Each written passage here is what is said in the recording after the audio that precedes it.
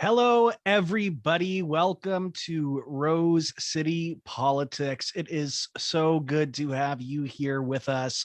It is March the 3rd. I was looking at the calendar for last year, and tomorrow marks the last time that Rose City Politics was together in a room. We were at Meteor. It was the full panel. I look back on it fondly. We've been doing this now for a full year. And you were supposed to buy the next round of drinks the next week, John, so you're still up. Yeah, well, I mean, listen, there was someone who concocted this entire thing, and I had to get out of paying for drinks somehow. So seems extreme. Sorry about the pandemic. No, jokes aside, it's wild that it's been a year. So our panel tonight obviously includes Doug, the Raceman Sartori. Doug, how you doing? How are you? I'm doing great. That's not the best name for you. What would you go with? Road Warrior. I think that's more fitting. There you go. We're going to be talking about a drag strip, hopefully later tonight. We have Don Merrifield here coming from the Void. Love my Void. Happy to be here. Let's get this going. No time to talk. We're going to get right into it. That's fair. Our guest tonight is Darcie Renaud, an administrator in public health and past political staffer for Liberal MPP Bruce Crozer. In 2018, she took a shot at elected office, coming in a more than respectable second place to incumbent Fred Francis in Ward 1. Darcie, thank you for joining us tonight. How are you? I'm good. Thank you for having me. I'm very excited. I didn't know we were going to talk about racing. Yeah, it's we've had some requests to get to it. We missed out on it last week, so we're going to try to make sure that we get a chance to get to it tonight. That's the important topic. Fun fact, Darcie has the perfect car for drag racing. I was just thinking that as he was saying. I just had it out today, Don. Nice. I had the bike out too. Yeah, okay. I saw that. Yeah. We'll do our hot rod after show later. Okay, that sounds This is good. important Windsor stuff. What kind of car are we talking, Darcie? Oh, I have a 1950 Chevy, and it was just redone. So my late husband bought it right before our wedding, and it was in parts in his dad's barn, and his dad had it finished for me, and it's actually a sleeper. Do you know what that is? No. They have no clue. That's a really fast car, but that you wouldn't think is a really fast car. So a 1950 Chevy, you think of somebody just sort of cruising slowly down the road, but in fact, inside is a very fast engine. So it's technically a hot rod in the form of a 1950 Chevy. Oh, sleeper. Yeah. I gotcha. That makes sense. Sleeper, Okay. right? I like that. It's like me, John. Cool. I'm 53 and I look old, but inside I'm a sleeper. Yeah, I don't think that anyone thinks that that's true, Don. That might be what you think. That's the whole point, John. Well, it's so good to have you here, Darcie. If you're listening tonight and you're not a Patreon subscriber, head on over to patreon.com/Rose City Politics. We'd appreciate it so much. If you are a Patreon subscriber, you know how much we appreciate you. It is beyond words. Check us out in BizX magazine as well. I tried to do the plug there and it fell apart at the end, you guys. I tried really hard to keep a straight face. Check us out in BizX magazine as well, monthly. We've got a new column coming out soon. You're not going to want to miss us. You're going to want to also check out bizxmagazine.com where we are hosted.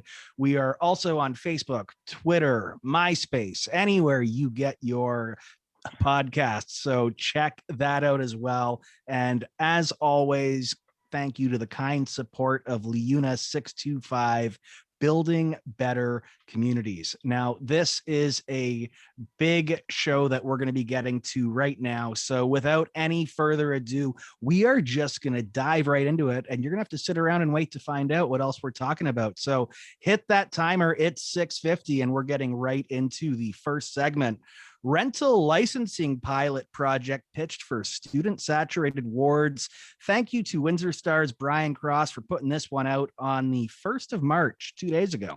After years of complaints about student housing, Windsor appears to be headed towards a rental housing licensing pilot project requiring regular inspections. Now, this will be a Wards 1 and 2 pilot project that contains the main campuses of St. Clair College and the University of Windsor. This is where we've seen many ongoing problems associated with stuffing students as many as possible into single family homes, says the Windsor Star. Now, this was the favored option being presented to council as councillors are again attempting to tackle this issue. Now, landlords, as you would expect, are saying that this annual licensing fee and building and fire inspections could drive up costs and punish responsible landlords, while the bad actors will just be remaining underground. Supporters, however, are saying that licensing is about safety, requiring rented accommodations to adhere to minimum fire and building standards. Now, if we look back 3 years ago, there was a 5-4 vote. Council voted against rental licensing, rather instead approving to strengthen the existing complaint-based enforcement system as a pilot project. A separate report going to council says that that pilot project was successful. It cleared the backlog of over 1,000 complaints and it sped up response time. But that report did also note that a very few of the complaints that were made came from students themselves. So that leaves you having to presume that it would just be neighbors or potentially people who passed through the neighborhood that were the ones that were levying those complaints. And we can start to discuss what types of those complaints those were, or we could presume they were moving forward. But any licensing regime that will be implemented would essentially pay for itself through the licensing fee itself, which would cover the city and fire inspectors to go through. And this pilot project is likely to be designed around that of the city of Hamilton, which recently started something similar. So Darcie, you're the guest on the show. So I just want to get your opinions on this just right off the bat before we get into any questions about it back and forth. So I think that so first, actually, just a correction, sorry, but in the report, the pilot isn't actually the favored option by administration. I think their recommendation is status quo, but I think it's referenced in the Windsor Star as the favored option, perhaps by council, but not in the report to council. It isn't recommended to do any of the licensing regimes. Well, thank you for that. So, yeah, sorry. But so when I ran in 2018, and I started knocking on doors in some of the neighborhoods close to the college, it was really clear that there was an issue with rental housing in the area, especially since the college's enrollment growth had gone way up just in that prior year. And there were a lot of concerns that from people that I talked to about safety. So they were concerned that there were too many students living in one house in unsafe conditions, in basements, for example, with no fire exits. And so there were a lot of concerns that was happening in Ward 1. So most people probably don't remember, but I did put out a press release calling for a pilot project in Wards 1 and 2 for rental housing licensing at that time, because Hamilton was at that time undertaking this thing, which has taken them this long to get to. So they're still working on it, but at that time there was already talk of doing this same thing in Hamilton. So I proposed that to look at licensing in the two areas, knowing that a pilot project wouldn't be allowed for long by the Ontario Human Rights Code. So it could only be a pilot project for a short period, and then would have to be a citywide licensing regime at that point, or it would have to just be ended. But there were clearly concerns about safety for students, and this would address that. So what are your thoughts about how we're going to be moving forward with this? Is this going to completely address it, or is there still other further steps that you think will need to be taken? Because I know that when we bring Don in on this, he's probably going to say that it's not necessary whatsoever. Thumbs up straight from Don right now. I do think it's necessary, and here's the problem. When students are in housing, it's been shown, and there's another report in the city's agenda for this Monday that talks about the fact that students very rarely complain when they have safety concerns. So a licensing regime would make it so that there's proactive inspections when the license is applied for. So there would have to be inspections rather than relying on the tenants to complain when they feel that their living situation isn't safe. So I think it would help the safety issue. But another one of the problems, and probably I'd say in Ward 1, the bigger problem, is related to some of the property maintenance when it comes to rentals in the area, and the fact that there are more and more and more of them as time has gone on and as enrollment growth has increased at St. Clair College. A lot of the complaints, and I'm not saying safety doesn't need to be addressed, it absolutely does, and this will help, but a large number of the complaints have to do with property maintenance, long grass, trash, parking on lawns and all over the streets. So things like that. And no, I don't think that this licensing regime will do much when it comes to those types of things. There are other ways, I think, that you can look to solve those issues, but this licensing regime won't do that.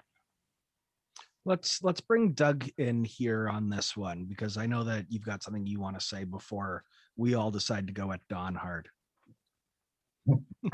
Well, I don't have to speak before we go after Don if that's on the agenda. So I have a question for Darcie, actually. So Darcie, if you don't think that this initiative will go far enough in terms of solving problems with student housing, what more is needed? I guess for me, there needs to just be more proactive partnerships with the college, the city, the residents, and the students. There are some initiatives that are being undertaken in other cities that I think are showing that they work. For example, in London, there is a housing outreach group that is split between the university and the college, but it's also funded in part by the city. And there are student volunteers on that committee that actually deal with off-campus housing issues and disputes with neighbors. They'll go out and talk to students to try and solve those issues. It just needs to be a lot more proactive when it comes to working with all of the people. And I don't know that we're seeing that. So for example, the Town and Gown Committee in London is super active. And they have residents, students, I think landlords, city representatives, and representatives from both the university and the college on it. There's a comprehensive strategy that contains all kinds of different strategies that they're undertaking to try and deal with all the issues that near campus neighborhoods have when enrollment growth gets huge and they start to see a big student population moving into their neighborhood.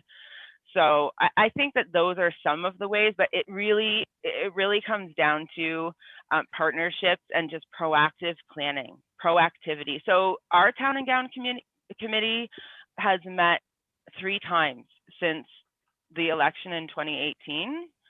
And you can read their minutes, and I just think they could go further in bringing the people together. And I don't think there are any residents of South Windsor, for example, on that committee. I don't know that there are any students on that committee.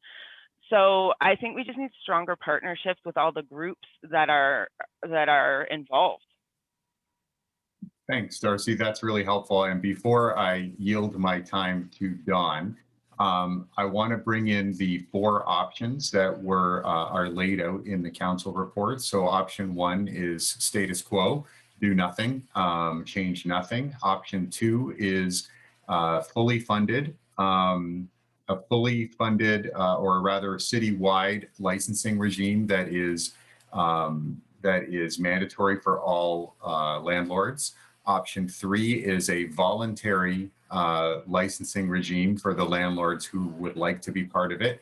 And option 4 is the pilot that we have been seeing talk about in media reports. Just going to bring up a little bit of visual here for some context. So you folks should be seeing now a map. Hopefully you are seeing a map of the incidents that were reported in the period of 2019.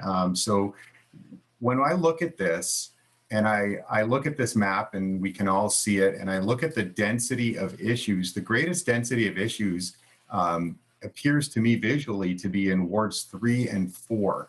So, and Ward 1, you can look at that map and count on your hands the number of incidents that were reported in Ward 1. So I'm not sure that a licensing regime that's focused on Ward 1 and 2 is going to get at the biggest problems in our community. It looks to me like the, the wards that make sense, the older residential areas of the city, wards 2, 3, 4, and even 5, all would have a better claim to being part of this pilot than Ward 1.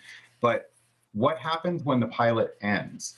I noticed in the media report that Mayor Dilkins indicated that he has concerns about the impact on the rental price of property, on the rental price of rental units. He's got concerns about the impact of a licensing regime on that. And if this pilot is only going to be a temporary measure, and that, as you point out, Darcie, inevitably it's going to have to either end or be implemented citywide, why are we doing a pilot? I only see political reasons for doing a pilot now. Either council thinks this is a good idea and council should implement it fully across the city, or council is half-hearted at best and maybe they should just leave it alone. Are you asking me? Sorry, I'm staring. I'm transfixed by the map, the data. It's an interesting map, and you're right. If we are really concerned, well, okay, so there's two things. The first is that there is, I don't know that there's evidence, but anecdotally, students don't complain about safety. I think I might have mentioned that. So that may account for some of the reasons that we don't see a lot of dots in Ward 1. There may also be a misunderstanding about the issues that will be dealt with the rental housing licensing. So if the real issues that counselors in the 2 wards or one of the wards is hearing about a lot are related more to the property maintenance and just the sort of state of the rental units, then maybe there's a misunderstanding that this rental licensing will do something to fix those concerns when it won't. Because clearly, based on your map, safety is more of a concern in other areas. So I wonder if that's part of it, if there's a misunderstanding about what this will do, or a misunderstanding. Well, if I can jump in here, since you guys wouldn't let me talk earlier, if you look at that map, it points out something that is very telling, in my opinion, is nobody gave a rat's ass about this when it was the West End. All of a sudden, it's starting to happen in South Windsor, and it's an important issue. I mean, we've come up with other topics in the past where that has happened. We talk about people with drug problems downtown. No one gave a shit until it showed up in South Windsor and Riverside. So, I mean, this to me is 100% political. This is not going to change anything unless you do it mandatory across the board. And even at that point, the number of units they'd have to inspect to deal with all the safety issues. And there are look, I'm in real estate. I show these houses. They're bloody disasters. I've called the city on some of these houses. Not that that's going to make me any friends out there in the real estate world. I've seen kids living in I wouldn't let anyone live in a house like that, where there's, furnaces venting into the attic and there's kids living in the upstairs and they can't understand why they have headaches all the time. The city right now, and I could be wrong, and if I'm wrong, then someone should fix this because I'm right, is they should be out there doing fire inspections right now. The fire department can show up at your house any day of the week and say they want to check and make sure you have carbon monoxide detectors. There's no reason they can't. Everybody knows where these houses are, and the majority of them are on the West End down by the university. Fire department go down there and do fire safety checks down there any day of the week. And if they can't for some legal reason, that should be changed. The building can walk in and do an inspection on these properties at any time there's a complaint. I agree with Darcie. I think a lot of people don't really get it, that this isn't about people not cutting their lawn and property standards from the outside. If you're concerned about the safety of the people living inside these houses, this is very different than being pissed off because there's garbage everywhere. I mean, this issue's come up many times around the university with the bulk item pickup. Everybody complained about that because when the students move out, you got couches and mattresses, all kinds of crap outside, and the people want the city to do something about it. Nobody cared about the conditions that the kids were living in inside these houses. They just don't want to look at it. It pisses me off that now that this is a South Windsor problem, it's a real problem. That irritates me because that's a running joke in this city over and over again on many different issues. And I'll go back to what my opinion is many times when we get into student housing problems. If the university and the college are going to bring in thousands, and I mean literally thousands of students from overseas, out of country, out of province, they need to have places to put these kids. No one's looking at the university and saying, hey, why aren't you building more student housing? St. Clair College has started on it. Good for them. You should do that before you bring the kids in. If the university isn't going to, they charge these kids a ton of money above and beyond what a local student would have to pay to bring them in, and they don't even provide basic housing for them. This is a university problem and a St. Clair problem. The city's just forced to deal with it. I can go on, but the reality is, like I say, this pisses me off because it's now that 5 or 6 people in South Windsor are complaining because the St. Clair College enrollment has gone up so much. It's a big issue. This has been going on in the West End for decades and nobody cared. And if you actually went around and looked at some of the houses these people are living in, it's disgusting and it's not their fault. The kids are going to be dying at some point, and some have with fires and things. The city should be out there inspecting these properties regardless if there's a registration fee or not. And the fact that they're not doing it and won't do it unless we get this, unless the landlords pay for it, shows a problem with the city not caring about this issue at all. This is politics, and they're just playing lip service to it all. Don, I just want to point out that St. Clair College is constructing new residences actually in their South Windsor campus. And they 100%. Have in recent years, they have constructed a number of new residences. To my knowledge, the University of Windsor has not invested in new student housing in many years, but there is a difference there. I just wanted to point that out. The college is making significant investments. Whether they're making enough of an investment, whether there's enough housing for students on campus, that's a different question, but they are trying to move the needle. Oh, I agree with that. And I said they are starting to build now, but I mean, exact numbers, I don't know. We've discussed this before. I think the college has brought in like 5,000 foreign students over the last few years, and now they're building 800 units. There's still 4,200 people who don't have anywhere to live. If you're going to bring in that volume of people, you have to plan for these things. You can't just show up, say, hey, show up, take their money and throw them out on the open real estate market and rental market and think it's not your problem. It is your problem. They've created this problem.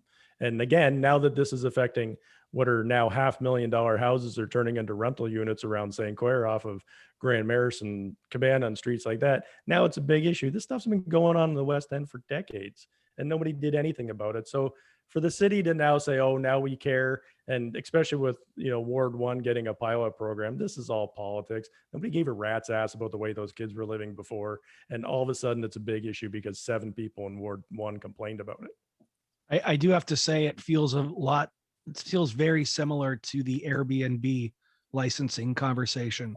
Whereas, it wasn't a problem when the Airbnb rentals were just like in Drouillard or in Sandwich, but when they started to be put into different areas and then the issues came out about it, then there was a quick rush towards licensing. Darcie, I'll bring you back in though as a response to Don on that.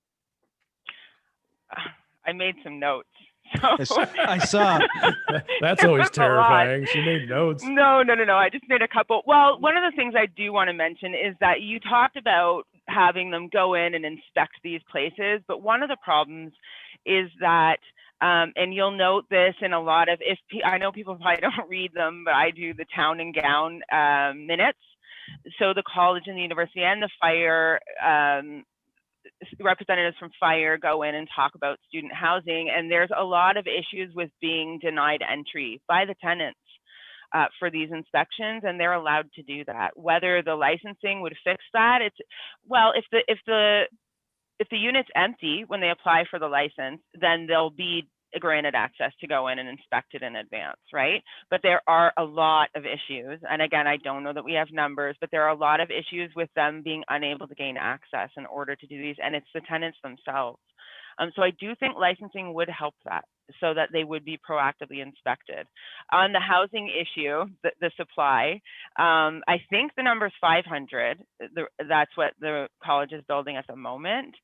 I think it'll house 500 students, but I could be wrong. So that's about 10%, Dawn, you're right, about or so of the number of students that are coming in. There's a huge demand increase for housing, which I'm sure you know changes the whole marketplace, right, for housing in the city when there's 4,000 new people looking for apartments. But this does go back to, and you're right, this is reactive, right? So I think that a lot of what's happened with the growth and some of the issues with student housing and transportation, it's been dealt with reactively instead of proactively. So I think that's personally really the problem here, is that we need to think about and plan for these things as a group with all the people that are involved at the table in advance, very quickly before these issues all come up.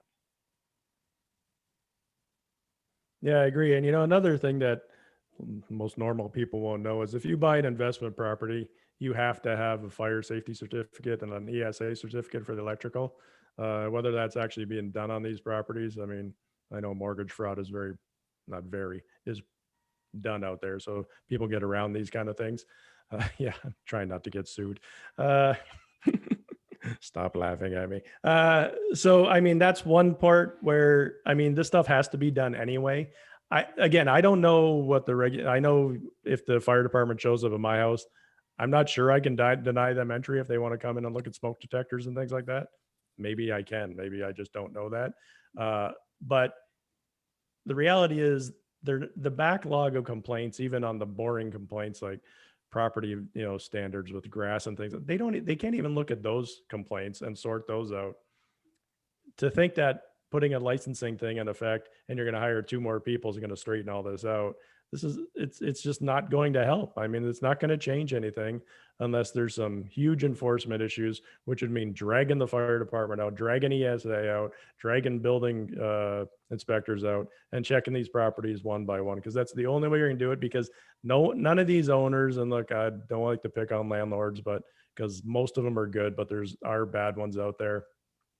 They don't care what these properties look like. All they're looking at is how much income they're generating. And if it gets to the point where they are getting in trouble, what do? They flip them and sell them to someone else just to avoid the whole issue. It's make as much money as you can, do as little as you can. And if it becomes a problem, flip it and give it to someone else. So yes, I agree. 100%. I agree. Something has to be done. As I said, seeing these properties and some of the situations these kids are living in is horrendous. But I just don't see how this fixes the problem. This just seems like a political thing. Look, we got this regime and now you got to pay $250 to register to be a rental landlord, and problem solved. It's not going to solve the problem. It's not going to do anything. Enforcement's the issue. Inspections are the issue. And I don't see how charging someone $250 is going to make that any better. I think in Waterloo, it's more like 600. Yeah, since you guys are talking about the licensing cost, I kind of want to get to that. One of the stated reasons for opposition to a licensing regime is the impact that it will have on rents. And I'm really curious what everybody thinks about that, like how real you think that impact will be. My view is that market forces have driven rents way up in this city. I think that the change in rents that would happen because of a licensing regime would be a drop in the bucket compared to just what the value of the property and the change in the value of property has had as an impact on rents. That's my personal view. I'm really interested in yours, Don, and maybe others as well. Well, you're right. I mean, let's just go with Waterloo. So let's say it's not $250. Let's say it's $1,000. Let's say it's $1,200, $100 a month.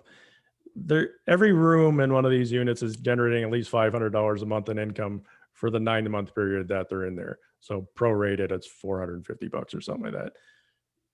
For 1,000, and usually they have at least four, sometimes, and then it goes up from there. You might have 10 or 12 units in some of these buildings. So $1,000, $100 a month is not, it's negligible. Anyone who's using that as an excuse not to do it is just doesn't want to do it and is grasping at straws. So that's not the issue. The issue again, it goes back to, my constant point with the university and St. Clair College is, if you're not going to build housing, you got to throw these kids on the open market, and they're going to pay whatever they have to pay because they're coming here. And it just escalates the problem we have now with lower income housing. It's being eaten up because investors are coming in and paying anything. If you can generate $3,000 a month, who cares if you got to pay $400,000 for a house that realistically you couldn't sell for $150,000 5 years ago? They don't care. It's, it's a cap rate situation. So the issue started when they started bringing all the foreign students in, and that's not a bad thing. It's a good thing. The bad thing is they didn't prepare for them. And this has just exacerbated the real estate problems, exacerbated the housing problems for students, and it exacerbated the housing problems for low-income people, because these are traditionally lower income rental units and they're being eaten up, and they can charge a fortune for them now. So this all goes back to the university and college. If they just would have built more housing, you can't take the money and then just not do anything to make sure these kids are taken care of. But getting back to our topic, the cost that it's going to inflict on a landlord is negligible. And like I say, if you're using that as your argument not to do it, it's a pretty lame ass way to get around. It's just saying no. Well, to just play devil's advocate against just that last thought there, Don, was it a problem that they didn't build the residences if there was so much available housing stock at the time? Like I'm not looking. There wasn't though, John. There wasn't. The problem wasn't that there was tons of empty houses around. The problem is they've taken what would have traditionally been a standard rental house for a family or a couple or a single person, and they've kicked those people out and they've turned them into 5 units or 7 units or 8 units where they can cram students in there for $500 a room. And you know what? Why wouldn't you do it? If I can rent out a house for $1,500 these days, or I can put 5 students on there and make $2,500 a month, which one are you going to do? I guess what I keep wondering though is, would this not have inevitably occurred on its own if the university had, residences are used for first and second year students, right? People that are in schooling, they go on for, third, fourth, and then many of them for another 3 years. So I guess, what is the other inevitable outcome from this if they even had built more residences? That demand would have still been there. So would it have prompted developers to go and create new, apartments and condominiums? I mean, this is a problem that we've had outside of the student residence issue for a while. I want to pick up on that because I think John raises a really, really good point. There's a lot of ways that a licensing regime can impact the market. And I also think there's a lot of ways that not having a licensing regime can impact the market. So if you're not licensing properties, what are you really doing? You're really looking the other way, as what Don is describing is happening, as unsuitable housing stock is being converted into multi-residential units. That's what we're really talking about. If you had a licensing regime and those properties could not effectively be converted into multi-unit buildings because of the quality of what that housing stock would look like afterwards, then the only way to meet the demand would be for developers to make the investment and build real condominium developments, whatever kind of apartment building developments they want to build. That would be the only way to address the demand, and then that would happen. Right now, if you've got a bunch of formerly residential properties that have been turned into multi-tenant units, then what is the incentive for someone to come in and try to do it right? Well, there isn't any, but unfortunately you're wrong, because it's a zoning issue. It's not a licensing issue. Look, I have a 3-bedroom house. There's nothing stopping me legally from turning this into a 6-unit apartment building, for lack of a better term, for student housing. The only time the zoning changes is when you go from single family residential to boarding house, and the boarding house legislation or zoning regulations are used this much. No one pays attention to them. So, you could start the city could easily change your boarding house rules to if you have more than 4 units in it in a single family home, then you're violating zoning. Then they can go inspect it any day they want because there's a complaint that the zoning isn't correct. There's ways to do this. The licensing isn't going to fix that issue. Let's bring Darcie in. Yeah, I don't know. See, I don't know that they're making changes to the homes themselves to do anything. They're taking a regular house and just putting 10 students in it. I don't think that they're making any inside renovations. Students are just sharing rooms and sleeping wherever they can in a house like mine on Avondale, you know? Yeah. So they're not actually changing them into anything. And the way they get around the lodging house designation and having to declare it as that is by not having separate leases for the different people that live in the house. So if you have everybody pooling their cash and then paying the landlord as one unit, then that gets around the rules, because the rules state that if you have separate tenants paying separately under separate leases, sort of thing, or, you know, different units inside the house. But what happens most often is they all just get in as a group and pay as one unit. So it gets around those rules. But I do want to go back to rent really quickly, because that has been always the main argument against residential licensing, that it will increase rents. But I searched high and low, and there is no actual evidence. So no one studied this. In all the cities where it's happened, you can't find one study or report that actually shows the effect that a rental licensing has had on rents. You won't find, unless you're a better Googler than me on Google Scholar or whatnot, but you can't find it. So there's no evidence but it comes mostly, this argument, from landlords groups. You don't hear this from tenants groups, who mostly are in favor of residential licensing in virtually every city that's tried to pass it. I'm hard pressed to get why tenants would be in favor of a policy if it were going to substantially increase their rents. And in Windsor, you're right, Doug, rents have really skyrocketed without anything like this. So between 2018 and 19, I think rents and average rent in Windsor went up 15.5%. That also coincides with a giant increase in demand brought on by the fact that we suddenly had thousands and thousands and thousands of new residents come in to bring up, to bring demand on the system. And again, the year after, it was still 4.5% increase. So those are huge increases in rent outside of this potential licensing system. Yeah, the only way I can see it, look, we're talking mainly about student housing here, but correct me if I'm wrong, if there's a rental licensing thing, that's going to be any rental property, not just student rental housing. So it's single residential, usually. It doesn't apply to multi. Yeah, not to multi-units. Yeah. So, I mean, sure, there can be an argument to be made if the fee's too high. Let's use my mythical number of $1,200 a month. Yeah, the student rental landlords won't care because they'll just charge them $10 more. But if you're single family in a single family home, and the landlord has an extra cost that's going to be $50 or $100 a month, you're paying it. The landlord's not paying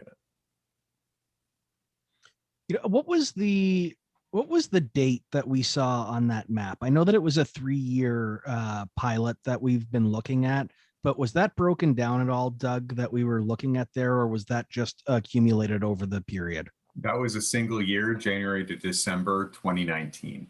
So I guess I'd be interested to see what it looked like, let's say, over this year, over 2020 as well, especially with such a decrease in the amount of what we would imagine to be students due to COVID-19. And then look at, I guess, a similar report for 2021. And I guess, what I'm just trying to get at here is the underlying issue, what we talk about over and over again on this show, just, I guess, a forgotten neighborhood, a neighborhood that traditionally doesn't vote, And as such, it was, I guess convenient to not necessarily deal with these issues because there are other budget priorities that needed to get to. And so I guess it would be interesting to see that if like during this pilot period, if it was in fact just the backlog that got cleared, or if there was a correlation to even students being in the houses themselves, or if, it's the absentee landlord issue or whatnot. But we've got to get moving on. So we're going to race right on to the next topic. It's not a drag strip right now, but we are trying our best to get to that one.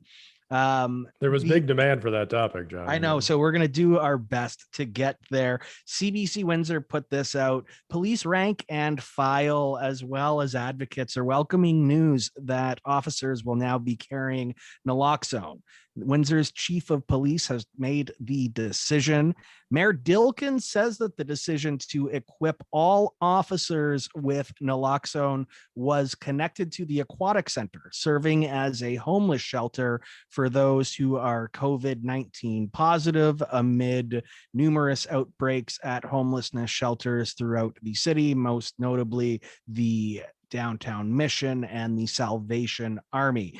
Now, at the Aquatic Center, there is 24-hour policing that's being carried out, and these aren't just by the 3 units that had already received naloxone. So Mayor Dilkens is making a direct correlation to the fact that these units didn't already have naloxone, but because they are now dealing with 24-hour policing at the Aquatic Center, dealing with these homelessness population that has COVID, they need to have naloxone with them. Now, we've been talking about this issue for years, and it has only increased over the past couple of years with the opioid epidemic increasing. And one advocate being that of the president of the Windsor Police Association, Sean McCurdy, he said he's very pleased with this decision. The Windsor Police Service, of course, is the last major unit in the province to have made this decision. Not something I think that many in the community would be proud of, but better late than never is, it's always a tried and true saying for a reason. And City Council earlier this year voted unanimously to direct our fire service to begin carrying naloxone nasal spray kits as well. And at this point, there isn't any information available from police about the cost or the timing of it. But I want to stick right on this political issue that I brought up there at the outset. Doug, I'm going to come right to you on it. Mayor Dilkens making clear that the reason for equipping all officers is that they all may now be coming into contact with homelessness population that has COVID, that potentially, I suppose, are using opioids that could cause the need for a naloxone emergency usage. Why is it that it's only when officers, Doug, I don't want to ask you the question, but I'll just pose it to you in a general sense. Why is it that this is the second time that officers have now been told that they can equip? It was, of course, other ones that were in high risk situations as well at the detention facility, for example. It seems to me, of course, the concern here is what I guess I'm trying to get across is that the officers are more of a concern than those that they are interacting with. And that just doesn't sit right. What's your thoughts about that? I don't mean to pose it to you as if you're the one who made the decision, though. So apologies about the framing. Yeah, no worries at all. Dan Takema had a follow-up piece published today on CBC Windsor that I think is really interesting because it digs into the reasoning. It digs into the rationale that was stated. So Mayor Dilkens did make a point of discussing the Aquatic Center homeless situation, but I think that it's accurate. I think that is the reason why we are seeing this naloxone being deployed now, but I don't think that it's because of data. I don't think it's necessarily directly because that is a particularly high-risk population or because the police are dealing with a high-risk population. I think there's a political reason here. I think that, and not necessarily a political reason, political in terms of city council, but political in terms of the politics of the police service. The Aquatic Center emergency shelter for people experiencing homelessness is now a huge risk from a political point of view for Windsor Police Service. If there is an overdose death at the Aquatic Center, or if there was an overdose death at the Aquatic Center, during the time that that facility is in service, it would be a huge problem for the police service. The questions that have been raised very loudly for many years about why Windsor Police don't carry naloxone would all come to roost, and it would be an extremely difficult situation. Mayor Dilkens has repeatedly said that this is a data-driven decision and that the decision would change when the data changed. I don't see any change in the data here. Hospitalizations due to opioids and emergency department visits due to opioids have been skyrocketing since 2016. Police have been coming into contact with people in private residences and on the street experiencing overdoses for years. The issue is not the data. The decision has been driven by the fact that it would be an extremely embarrassing and uncomfortable situation for the Windsor Police Service should there be an overdose at the Aquatic Center and police officers are not carrying naloxone. At least that's how I read it. Have to say I agree with you on that one, Doug. The politics sounds sound on it. Just to dive deep into some of the data here specifically to give that context, over the last 13 months, Windsor Police reports showed that officers were the first to respond to an opioid overdose in 14 of the cases. So, of course, what that means is that police were sitting around waiting for paramedics to show up to be able to administer naloxone. Now, we've heard the mayor say in the past, of course, if they start carrying naloxone, what else might they have to start carrying? And, my quip response to that is, God forbid we give police officers the tools they need to respond to the situations that they're the ones dealing with, at that time. On one occasion, officers waited for 39 minutes for paramedics to arrive on scene for someone to administer naloxone. Fortunately, that person became responsive and conscious afterwards. There were also 29 ER visits regarding opioid overdoses in Windsor, Essex last month alone. And in 2019, there were 47 opioid overdose deaths. So I got to agree with you, Doug. When you look at these numbers here, I don't see what has changed in the data whatsoever, other than the liability perspective on that. Don, what is your take on it? Well, I think a misunderstanding, and no matter what the mayor says, the reality is the vast majority of police officers were already carrying it for their own personal safety. You can any of us can walk into Shoppers Drug Mart and get a pack if we want right now. From talking to people I know in the police force, they've been carrying it for a long time. They use it for themselves. I mean, they get into high risk situations, and they're obviously not going to not carry something that can save their life just because the mayor says they can't. It is a liability issue, John. I think you're right. That's all it ever was. It's ironic to me that now that everybody is down at the Aquatic Center, I guess it didn't matter if people were dying of overdoses spread out amongst the city. It's when they're all in one room is when now it's a serious issue. And I agree with Doug. This is politics. He's 100% right. If someone passes away in the Aquatic Center and the police or whoever's there just stand there and do nothing because that's what they were told to do, yeah, it's going to be a disaster politically, and people start suing people like crazy. So I think it's even further though than what you're saying, Don, not to interrupt. Not just standing by because that was, what they had to do because they weren't equipped, but rather I think, and I'm not trying to speak for you, Doug, but rather this is now the city's direct responsibility with them being on the property of the Aquatic Center. It's not the responsibility of the downtown mission anymore. It's not the responsibility of the Salvation Army where we can point a finger and have that distance between the two. This is, going back to what Doug said, really identifying those shortcomings in our social safety net in adequately addressing these issues that have been going on for years.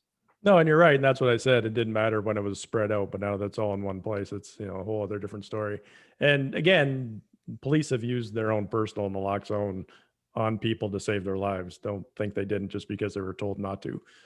I'd find it hard to believe any police officers going to sit there and watch someone die because they have a directive not to do something that they could do while they're standing there.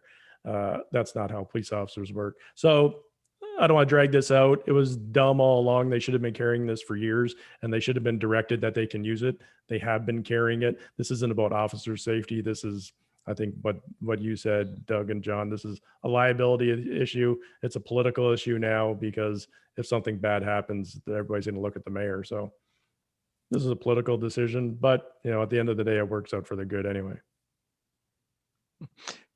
Darcie, let's bring you in on this. Tell me why I'm wrong, Darcie. Tell me why I'm wrong.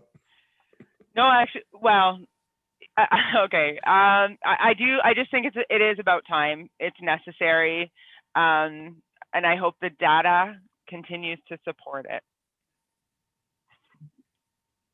Want to talk about racing now? No one will disagree with you on that. Yeah. Should we go straight to racing? I think we should. Well, if we miss it, we're going to get a bunch of angry emails again, so we better talk about the drag strip.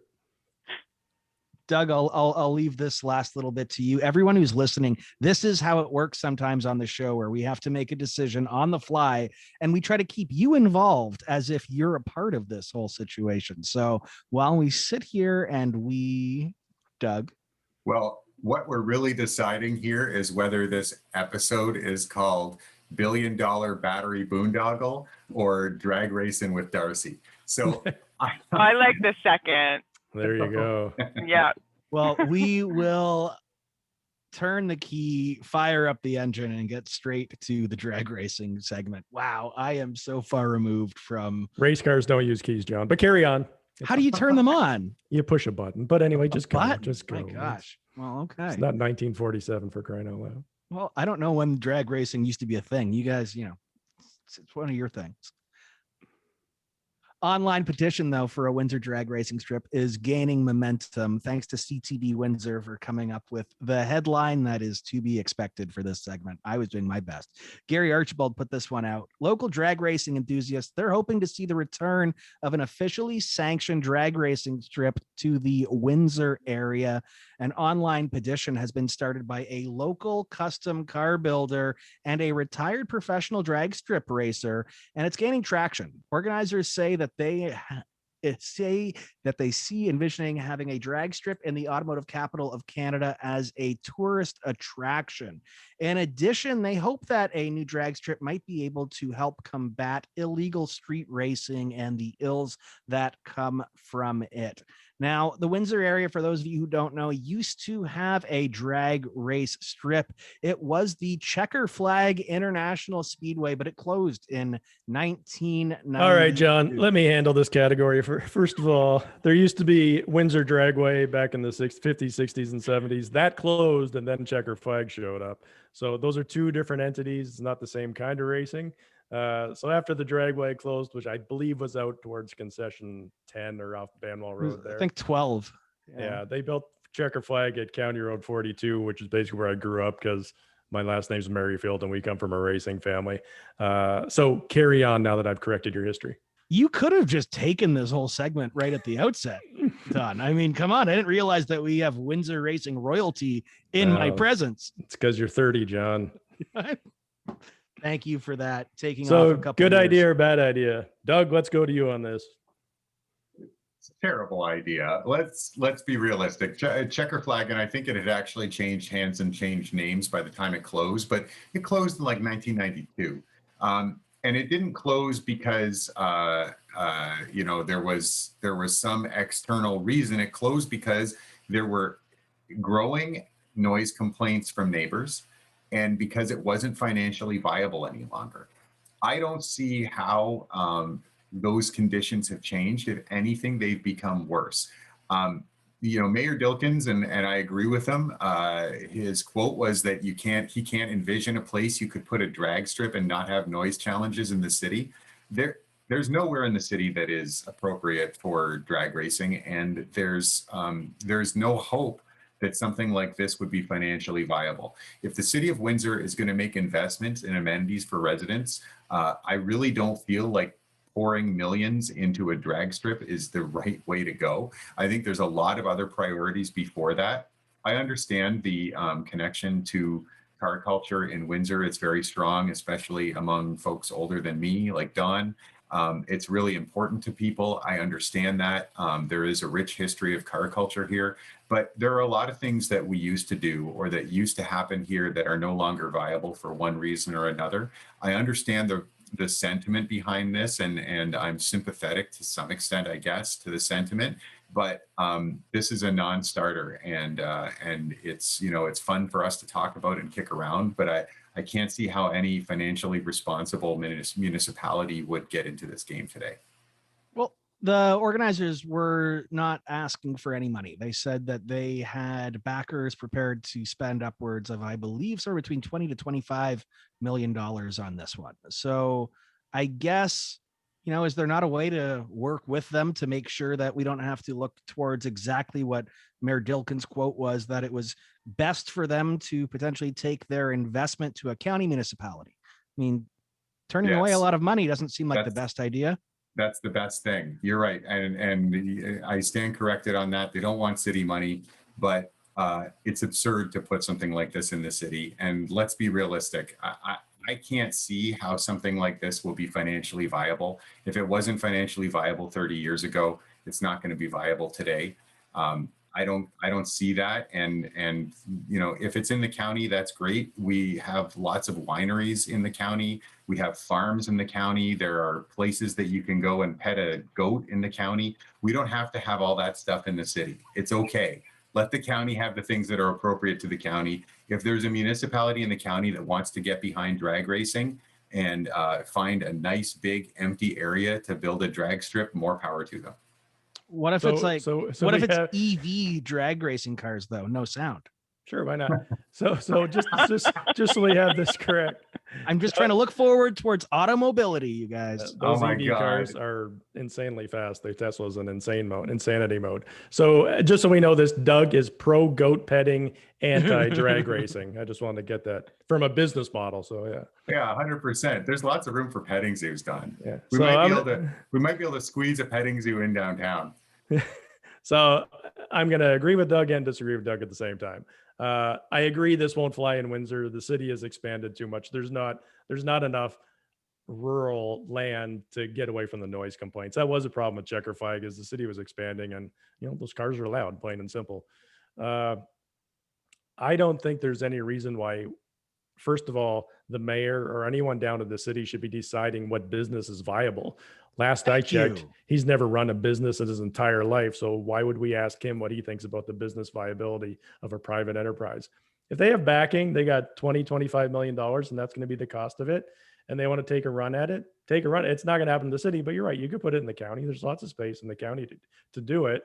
So I don't understand the negative response from the city of it'll never work, don't bother. Like, are we going to say that to the battery plant? Maybe the battery plant that we're not going to talk about is not going to be a viable operation.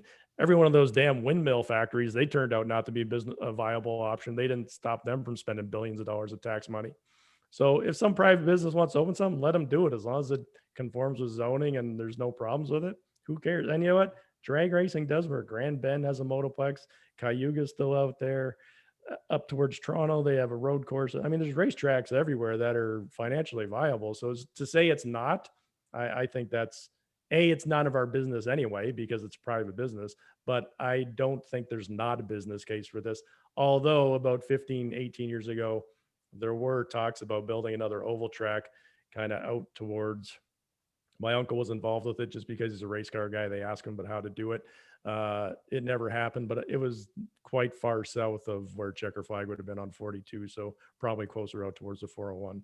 But hey, if someone wants to build it, knock yourself out. I think it's a great thing. Why not? Got to agree with you on that. Toronto does have a Grand Prix. It operates right downtown. We pay $50,000 a year to be a part of a Grand Prix. So, Doug, I'm amazed that you don't even want to bring something like that back into the city. But Darcie, let's go straight to you on this Stop one. being I know such a naysayer. For Well, bearing in mind that I just heard about this now, I like it. I She's think excited. It's a great Look idea. how excited she is. She finally found somewhere to race her car, except down my road. Right. I do need somewhere. So frequently, because I want to see what the sleeper can do, I have to go out just to the 401, and I can only rev it up just going from 60 to 110. And then that's the only time I really get to see the power. I'd love to go, and I know that, and I'll be honest, I know some of you think there's no market for it, but I actually know several people that go up to a drag strip. I'm not sure where it is. I can't remember. But they're Grand Bend's from the this big one. area, and they go there every weekend when the weather's nice. And there are lots and lots and lots of people that do that. You might be right about where it could be located in the city, but I'm open to ideas if people had them to consider, as long as there's a good business plan behind it. And Don's actually right. If it's private money, it isn't really our business. The zoning part and the noise is our business, but outside that, it's not. Yeah, Sure. Grand Bend Motorplex has a whole Windsor weekend where it's all Windsor people that go up there and take over the racetrack. So, I mean, they race bikes up there, they race dragsters, they race sport cars, all kinds of stuff. Well, we should just take it and occupy it then, not Yeah. leave. But By Grand Bend. We should just move the city to Grand Bend. Yeah. People, Just one point before you are we actually going to believe that Darcie goes out to the 401 with probably a crate engine that produces about 500 horsepower and only goes from 60 kilometers and then stops at 100 kilometers? If she wants to remain viable. Yes, my speedometer's in miles though. So it's really, I go up to 65 miles or so. Yeah, sure. Yeah. Okay. Okay. Go ahead, Doug. Yeah. So people can make investments in whatever they want. You guys are right on that. I'm interested in what would make, what made our own racing infrastructure that we had here not viable when other parts of Ontario have viable raceways. I mean, I'd be interested in knowing more about that. My guess is that they have a bigger local population base to draw from. In the case of Grand Bend, that's a tourist destination. Windsor, Essex is not. So we don't have that critical mass of people who might be interested in attending that other centers would have. And the border is a big barrier. And on the other side of the border, you also have lots of motorsports, as John pointed out, the Detroit Grand Prix, but there are others as well. So I think that makes it tough in Windsor. This is not the right direction for our city. I agree with you guys to the extent that private industry should do what private industry wants to do. But I don't think that we should be looking to find ways for this kind of thing to happen in the city. So if there's possibly a way that you could have a drag strip or a track or whatever you want somewhere in the city limits, I guess go for it. But what's the point of the petition if all they need is the money? What is the purpose of bringing this petition forward? I feel like there is some kind of municipal support needed, most likely because there isn't really a good location to place this anywhere in the city limits. Well, I think it was a zoning thing more than they wanted some Right. consideration on zoning and noise, but Noise bylaws. Right. So it it's pretty, work in the city. Shut up, Doug. It would be fun. It's pretty apparent to me that Doug has never seen a race car in his entire life, has probably barely broken the speed limit in his street car at any given time, and just doesn't like fun. So we have that. Well, you got 2 out of 3 right, Don. Yeah. Actually, I get in trouble all the time for being a slow driver. I'm an advocate of lowering the speed limit on EC Row, although that's an opinion I tend to keep quiet because all that happens is everybody in the room yells at me when they say it. Doug, we've been doing this show for over a decade, and Doug is always like let's try new things. Yeah. Hey, let's do race cars. Oh God, no, someone might break a nail. Like, what the hell, man? All of a sudden, this was your horse to sit on and say, no damn way we're doing this. Not in my backyard, Don. I think we should put it where the new track is at St. Clair College, and they could just race around there. No, Don, don't you understand? Esports are the wave of the future. St. Clair College has a team. It's all about playing whatever game the kids are playing these days, Overwatch or whatever they play. It's all about that stuff. Forget about cars. The internal combustion engine is on its way out. It's time to focus on the real sport of the future, esports. Have you heard of Formula E, Doug? It's Formula One racing, and the cars are 100% electric. Are they quiet? Yeah, Don, I've heard of it. Do you think I've heard of that? No, I have not. Well, there's a whole Formula One racing series for strictly electric cars. It's been going on for 4 years now. So Seriously you though, are you they can still quiet? yeah, So, they're What silent, about right? what? Just hear me out, Then- guys. Then why Hear me can't we out. do that? We can, What but if- Doug won't let us. What if we have an e-scooter drag strip in the city? That'd I'm be down. awesome. I am Okay. down. I think it's called the Ganacho Trail, and there's a very strong group of people who want to extend it further, and I am behind them. Okay. All right. Let's- I'm glad let's we face could it. find a consensus here. Look, if we have e-scooters, there's going to be racing regardless whether there's a track or not. So. We might be losing Little River to some retention ponds. There's potential that we could put a good track through that. Like, there's so many options, but apparently Doug says we can't. So Well, That's a- if you do it with scooters, I'm on board. It's a bold platform, Doug. Windsor, we can be less fun than we are currently. that's right. Yeah. Well, this has been a fun show. We did it. Yeah, We made so it to an hour. Doug We sucked did. all the fun out of the end of it, but yeah, it was awesome. Darcie, you made it to an hour with us. How was it? Was this good with us? We Oh, try I our had best. a great time. Yeah, I really appreciate you Look at how guys having excited me she on. was when she heard about drag racing. Yeah, Her that eyes just lit made up. my whole She day. smiled, and Doug just crushed her dreams. I like an might sign angry- the petition. 100%. Like, share, subscribe, get that petition out to everyone. Okay. Well, we have had so much fun here tonight. Doug, Don, Darcie, any last thoughts? I think we left it all on the drag strip tonight. We don't have Yeah. anything more to say. You got to leave it out there, Doug, or you're not going to win. That's how the rules are. Well, on behalf of the regular panel tonight, including, of course, myself, John Lidke, and then Doug Sartori and Don Merrifield Jr., thank you so very much. Thank you to our guest, Darcie Renaud, for joining us. We really appreciate you being here with us tonight. It was a lot of fun. Darcie is an administrator in public health and a past political staffer for Liberal MPP Bruce Crozer. In 2018, she took a shot at elected office, coming in a more than respectable second place to incumbent Fred Francis in Ward 1. Head over to patreon.com/Rose City Politics. Do sign up, please. Like, share, subscribe. We're on Facebook, Twitter, MySpace, and all of your favorite podcasting apps. And as always, while we are recording live on tape, we want to thank Leuna 625 Building Better Communities, because they help make Rose City Politics possible. So from us to you, we look forward to seeing you all next week, marking the 1-year anniversary of us doing Rose City Politics live from Zoom. It's been a thing. So we'll see you all next week.